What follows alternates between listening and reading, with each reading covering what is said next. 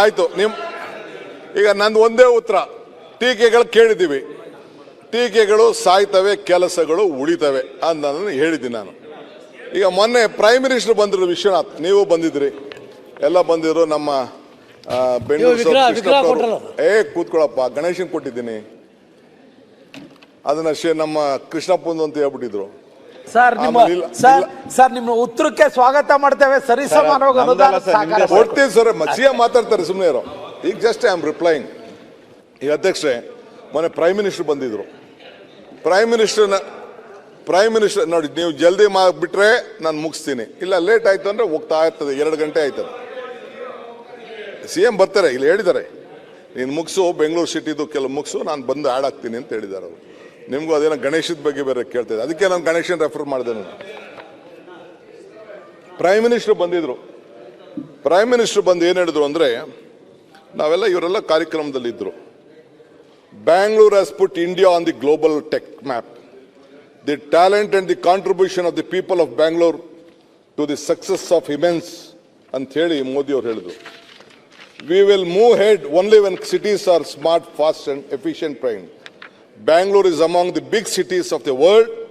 We have to compete globally, and not only that, we have to lead as well. We will move ahead with only when our cities are smart, fast and efficient. This is why we are putting so much emphasis on completion of the projects for the modern infrastructure ಅಂತ ಹೇಳಿ prime minister ಅವರು ಎಲ್ಲೋ line inauguration ವಿಚಾರದಲ್ಲಿ ಅವರು ಮಾತಾಡಿದ್ರು. ಅವರು ಬೆಂಗಳೂರು ಕೆಲಸದ ಬಗ್ಗೆ ಹೇಳಿದ್ರು. ನಾನು ಕೂಡ ಕೆಲವು ವಿಚಾರ ಏನೇನು ಮಾಡ್ತಾ ಇದ್ದೀವಿ ಅಂತ ಎಕ್ಸ್ಪ್ಲೇನ್ ಮಾಡಿದೆ. ನಾನು ಯಾಕೆ ಇದನ್ನು ಹೇಳ್ತಾ ಇದ್ದೀನಿ ಅಂದರೆ, ನಮ್ಮ ವಿರೋಧ ಪಕ್ಷದ ಗೌರವಾನ್ವಿತ ನಾಯಕರು ಅಶೋಕ್ ಅವರು, ಅಶ್ವಥ್ ನಾರಾಯಣ್ ಅವರು ಮತ್ತು ಇನ್ನು ಬೇರೆಯವರೆಲ್ಲ ಭಾಳ ವಿವಿಧ ರೀತಿ, ನಿಮ್ಮದು ಪಾಟೋಲ್ ಹಂಗಿದೆ, ನಿಮ್ಮ ಇದನ್ನ ಸ್ಕೈ ವಾಕಿಂಗ್ ಇದೆ, ಬ್ರ್ಯಾಂಡ್ ಬೆಂಗಳೂರು ಬ್ಯಾಡ್ ಬೆಂಗಳೂರು ಆಗೋಗಿದೆ, ಬ್ಯಾಡ್ ಬೆಂಗಳೂರು ಆಗಿದೆ.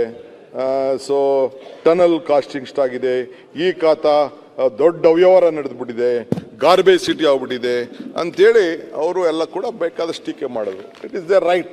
ನಾನು ಅವ್ರ ಟೀಕೆನ ನಾನು ಬೇಡ ಅಂತ ಹೇಳಿ, ವಿರೋಧ ಪಾರ್ಟಿಲಿ ಅವ್ರದ್ದು ಸರ್ವೈವಲ್ ವಿಚಾರ, ನನ್ನ ಟೀಕೆ ಮಾಡಲಿಲ್ಲ ಅಂದರೆ ಅವ್ರದ್ದು ಸರ್ವೈವಲ್ ಇಲ್ಲ. I will not mistake with that. But ನಾನು ಅಧ್ಯಕ್ಷರೇ, ನಾನು ಹಿಂದೆ ಹೇಳಿದ್ದೇನೆ, ನಾನು ಈ ಬೆಂಗಳೂರಿನ ಜವಾಬ್ದಾರಿ ತೆಗೆದುಕೊಂಡಿದ್ದೇನೆ, ನೀರಾವರಿ ಜವಾಬ್ದಾರಿ ತೆಗೆದುಕೊಂಡಿದ್ದೇನೆ. ನಾನು ವಿತ್ ಪ್ಯಾಷನ್ ಏನಾರು ಮಾಡಿ ಬೆಂಗಳೂರಿಗೆ ಒಂದು ಸಣ್ಣ ಕೊಡುಗೆ ಕೊಟ್ಟು ಹೋಗಬೇಕು ಅನ್ನೋ ದೃಷ್ಟಿಯಿಂದ, because we are not permanent year.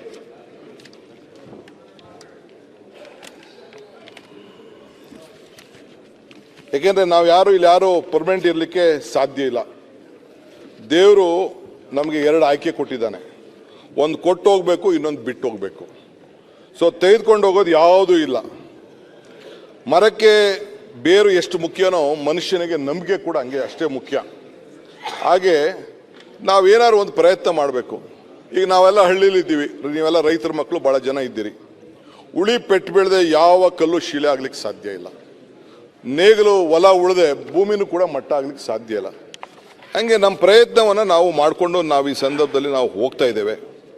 So ಅದಕ್ಕೆ ಬೆಂಗಳೂರಿಗೆ ಏನಾದ್ರು ಮಾಡಿ ಒಂದಷ್ಟು ಸಹಾಯ ಮಾಡಬೇಕು ಅಂತೇಳಿ ನಿಮ್ಮೆಲ್ಲರ ಸಹಕಾರ ಕೂಡ ಕೇಳಿದೆ. ತಾವೆಲ್ಲ ಸಹಕಾರ ಕೊಡ್ತಾ ಇದ್ದೀರಿ, ನಾನೇನು ಇಲ್ಲ ಅಂತ ಹೇಳೋದಿಲ್ಲ. ಇವತ್ತು ದಾಖಲೆಗಳು ಮೂಲತ್ವವಾಗಿ ಅಲ್ಲಿಂದ ನಾನು ಬರ್ತೇನೆ. ಎಲ್ಲ SM ಕೃಷ್ಣರವರು ಭೂಮಿ ಅಂತ ಒಂದು ಸ್ಕೀಮ್ನ ತೆಗೆದುಕೊಂಡ್ರು. ಭೂಮಿ ಅಂತೇಳಿ 2000ರಲ್ಲಿ ತೆಗೆದುಕೊಂಡು ಬಂದರು. It is an historic decision. ಇಡೀ ದೇಶ ಏನಿದು ಭೂಮಿ ಅಂತ ನೋಡಿದ್ರು. ಪಾಣಿಗಳನ್ನು 5 ರೂಪಾಯಿಗೆ ಎಲೆಕ್ಟ್ರಾನಿಕ್ ಪಾಣಿಗಳನ್ನ ಎಲ್ಲ ಬರಿತಾ ಇದ್ರು, ಯಾರ್ಯಾರ್ದು ಅಸೋಸಿಯೇಷನ್ ಬರಿತಾ ಇದ್ರು. ಕಂಪ್ಯೂಟರೈಸ್ ಮಾಡಿ ತೆಗೆದುಕೊಂಡು ಬಂದರು. ಆದರೂ ಕೂಡ ಇಲ್ಲಿವರೆಗೂ ಕೂಡ ನಾವು ಬೆಂಗಳೂರಿನಲ್ಲಿ ಅದನ್ನು ಆ ರೆಕಾರ್ಡ್ನ ಇನ್ನು ಮ್ಯಾನ್ಯುಯಲಲ್ಲೇ ಬರಿತಾ ಇದ್ವು. ಬೇಕಾದಷ್ಟು ಆಗ್ತಾ ಇದ್ವು. ಎಲ್ಲ ಬೆಂಗಳೂರು ಬೆಲೆಗಳು ಎಲ್ಲ ಗಗನಕ್ಕೆ ಹೋಗ್ತಾ ಇದೆ.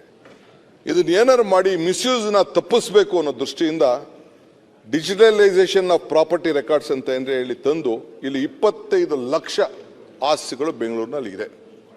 ನಾನೇ UD ಮಿನಿಸ್ಟರ್ ಆಗಿದ್ದಂಥ ಸಂದರ್ಭದಲ್ಲಿ ನಮ್ಮ ವಿಶ್ವನಾಥ್ ಅವ್ರ ಕಾನ್ಸ್ಟಿಟ್ಯೂನ್ಸಿ ಎಲ್ಲ ಬರ್ತದೆ, ಆಗೆಲ್ಲ KR ಪುರಂ ಎಲ್ಲ ಸೇರಿತ್ತು. ನಾನು UD ಮಿನಿಸ್ಟರ್ ಇದ್ದಾಗೆಲ್ಲ ಮುನ್ಸಿಪಾಲಿಟಿ ಕಾರ್ಪೊರೇಷನ್ ಇದಿತ್ತು, ಅದು CMCಗಳಿತ್ತು.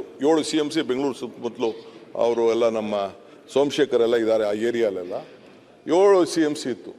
ನಾವು ಸೆಲ್ಫ್ ಅಸೆಸ್ಮೆಂಟ್ ಸ್ಕೀಮ್ ಅಂತ ಹೊಸದಾಗಿ ತಂದು ನಮಗೆ ಜನರ ಮೇಲೆ ಒಂದು ವಿಶ್ವಾಸ ಇಟ್ಟು ಏನಾದ್ರು ಒಂದು ಮಾಡ್ತಾರೆ ಅಂತ.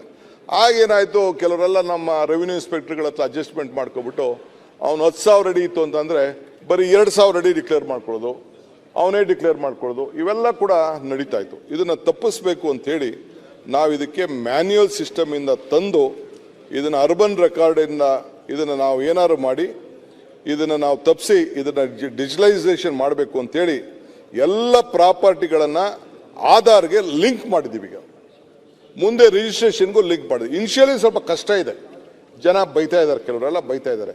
ಬಟ್ ಇದನ್ನು ಲಾಂಗ್ ವೇ ಟ್ಯಾಕ್ಸ್ ಕಟ್ಟಲಿಕ್ಕೆ ಮತ್ತೊಂದಕ್ಕೆ ಎಲ್ಲ ಕೂಡ ಮಾಡಿದ್ದೇವೆ. 25 ಲಕ್ಷ ಇದೊಂದು ಹಿಸ್ಟ್ರಿ, ಇದು ಇಡೀ ದೇಶದಲ್ಲೇ 25 ಲಕ್ಷ ದಾಖಲೆಗಳಿಗೆ ಎಲ್ಲ ಸ್ಕ್ಯಾನ್ ಮಾಡಿದ್ದೀವಿ. ಇನ್ನು ಮುಂದಕ್ಕೆ ಯಾರು ಕೂಡ ತಿದ್ದದು ಮಾಡೋದು ಇದನ್ನ ಮಾಡ್ಲಿಕ್ಕೆ ಆಗುದಿಲ್ಲ. ಈ ಖಾತೆ ಮಾಡಬೇಕು ಅಂತ ಕೂಡ ತೀರ್ಮಾನ ಮಾಡಿದ್ದೇವೆ. ಈಗೂ ಕೂಡ ಓಪನ್ ಆಗಿದೆ. ಇದ್ರ ಬಗ್ಗೆ ನಾವು ವ್ಯಾಪಕವಾಗಿ ದೊಡ್ಡ ಒಂದು ಆಂದೋಲನ ನಡೆಸ್ತಾ ಇದ್ದೀವಿ. I should congratulate mister Krishna Byregowda. ಅವ್ರ ಕ್ಷೇತ್ರದಲ್ಲಿ ಇದ್ರ ಬಗ್ಗೆ ಅರಿವಿಟ್ಕೊಂಡು ಫಸ್ಟ್ ಅವರೇ ಒಂದು ದೊಡ್ಡ ಕಾರ್ಯಕ್ರಮ ಕೂಡ ಮಾಡಿದ್ರು. ನಾನೇ ಹೋಗಿದ್ದೆ, ಟ್ರಯಲ್ ಬೇಸಿಸ್ ಶುರು ಮಾಡಿದ್ದೀವಿ. ಮನೆಮನೆಗೂ ನಮ್ಮವ್ರನ್ನ ಕಳಿಸಿ ಜಾಗೃತಿ ಮೂಡಿಸೋಂಥ ಪ್ರಯತ್ನ ಮಾಡ್ತಾ ಇದ್ದೀವಿ. ಈಗಾಗಲೇ ಸುಮಾರು 7.2 ಲಕ್ಷ ಖಾತೆ ಇಶ್ಯೂ ಮಾಡಿದ್ದೀವಿ. ಇನ್ನು ಮುಂದಕ್ಕೂ ಕೂಡ ತೆಗೆದುಕೊಳ್ತಾ ಇದ್ದೀವಿ.